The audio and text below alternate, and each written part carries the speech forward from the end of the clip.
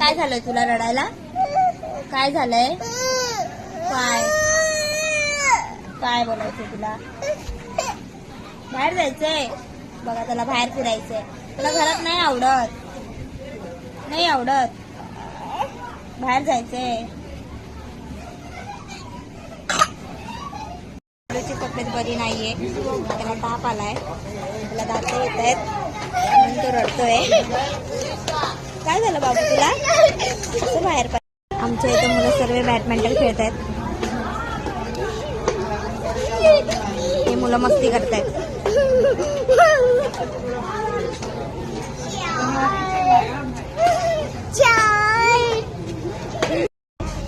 खाऊ खाते, खाऊ खातो माझा बाबू.